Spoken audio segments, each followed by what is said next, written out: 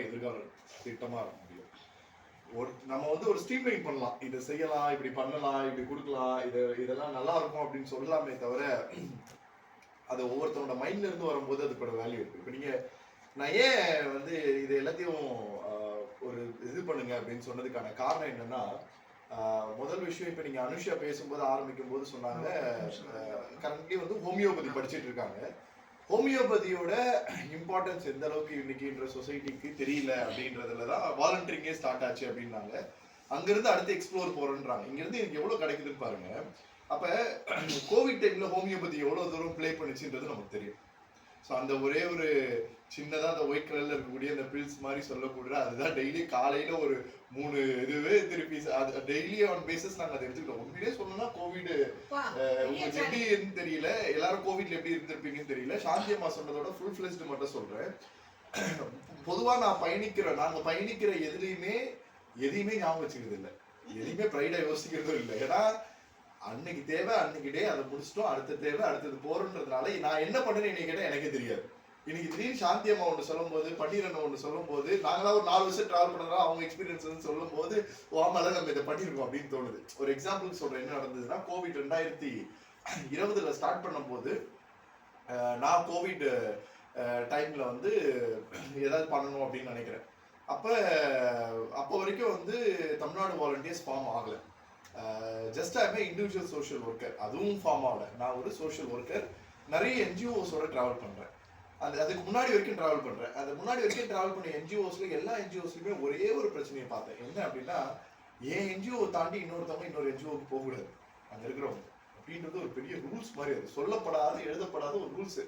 இப்ப நீ வந்து என் என்ஜிஓல இருக்கிறன்னா நீ எப்படி அவங்களோட போய் வேலை பார்க்குற, அவங்களோட போய் நிக்கிற, அவங்களோட போட்டோ எடுக்கிறன்னு கேள்வியே கேட்பாங்க டைரக்டா. அப்படி இருந்தா நீ இங்க மெம்பரா இருக்க முடியாது, நீங்க பண்ணக்கூடாது அப்படின்றதெல்லாம் வந்தது. அது மாதிரி எல்லாம் பார்க்க ஆனா ஒவ்வொரு வாட்டியும் ஒரு ஆர்கனைசேஷனோ அல்லது ஒரு அரசாங்கமோ யாரோ ஒருத்தர் ஒரு மேடை ஏறி விருது வாங்குறாங்கன்னா அதுக்கு காரணம் அந்த என்ஜிஓ இல்லை. அந்த என்ஜிஓக்காக எதையும் யோசிப்பாம வேலை பார்த்து உங்களை மாதிரியான ஒரு வாலண்டியர் தான்.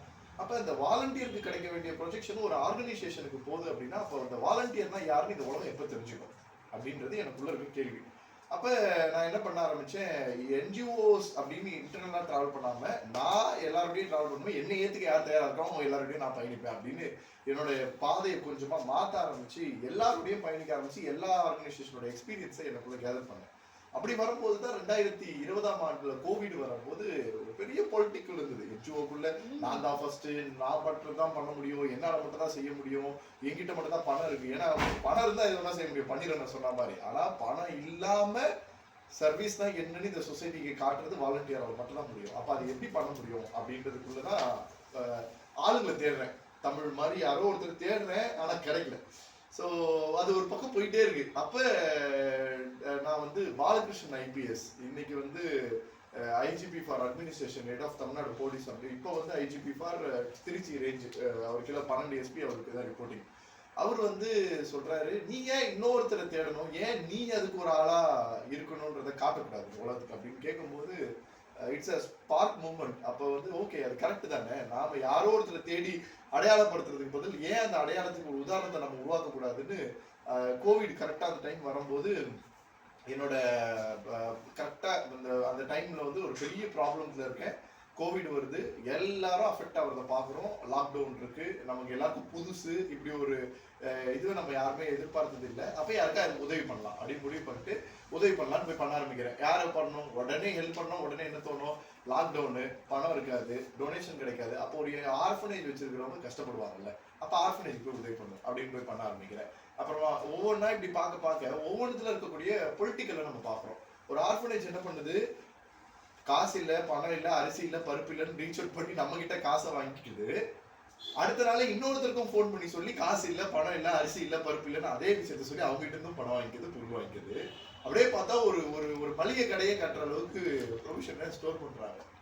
இது யதார்த்தமான உண்மை, நம்ம ஓப்பனா வெளில சொல்ல முடியல. ஏன் அப்படின்னா உண்மையை சொல்றோன்னு இந்த உலகம் மதிக்கவே மதிக்காது. ஏன்னா நம்ம ஒரு இண்டிவிஜுவல் பர்சனா இருக்கிறோம். ஆனா இந்த சொசைட்டி என்ன நினைக்குதுன்னா, அவன் தப்பானவனா கூட இருந்துட்டு போட்டோம், நான் எடுத்துட்டு போய் பொருளை கொடுக்கும் போது என் கூட சிரிச்சுக்கிட்டே அவன் போட்டோ எடுத்துப்பானா, அந்த ப்ரொமோஷன் தான் எனக்கு தேவைப்படுதுன்றது டோனர் சைட்ல இருந்து எதிர்பார்க்கக்கூடிய ப்ராசஸ் தான் பாருங்க. அப்ப இந்த சொசைட்டி எங்கடா போகுது, எதற்கு செய்யறோன்னே இல்ல, வெறும் போட்டோக்காகவும் அந்த ப்ரொமோஷனுக்காகவும் ஒரு பிராண்டிங்காக மட்டும் பண்றது என்னடா சர்வீஸா இருக்க போகுதுன்றது தான் உடைக்கணும்னு நினைச்சேன். அப்ப கோவிடோட ப்ராசஸ் எக்ஸிக்யூட் பண்ணும்போது ஒரு ஒரு சேனலை கிரியேட் பண்ணி, ஒரு வாட்ஸ்அப் குரூப் கிரியேட் பண்ணி, யார் யாரெல்லாம் இதை சார்ந்து வேலை பார்க்குறாங்களோ அவங்க எல்லாரையும் ஒரு மொபிலைசேஷன் பண்ணி ஒரே ஒரு விஷயம் தான் போட்டேன்.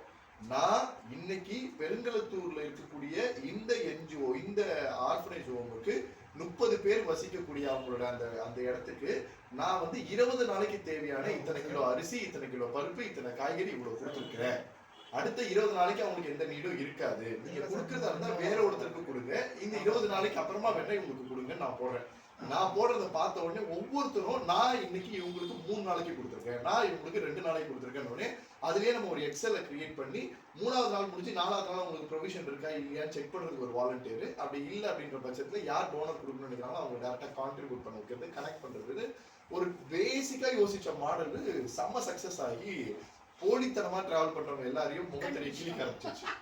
அது எதிர்பார்க்காத ஒரு ஹாப்பினஸ் கொடுத்துச்சு.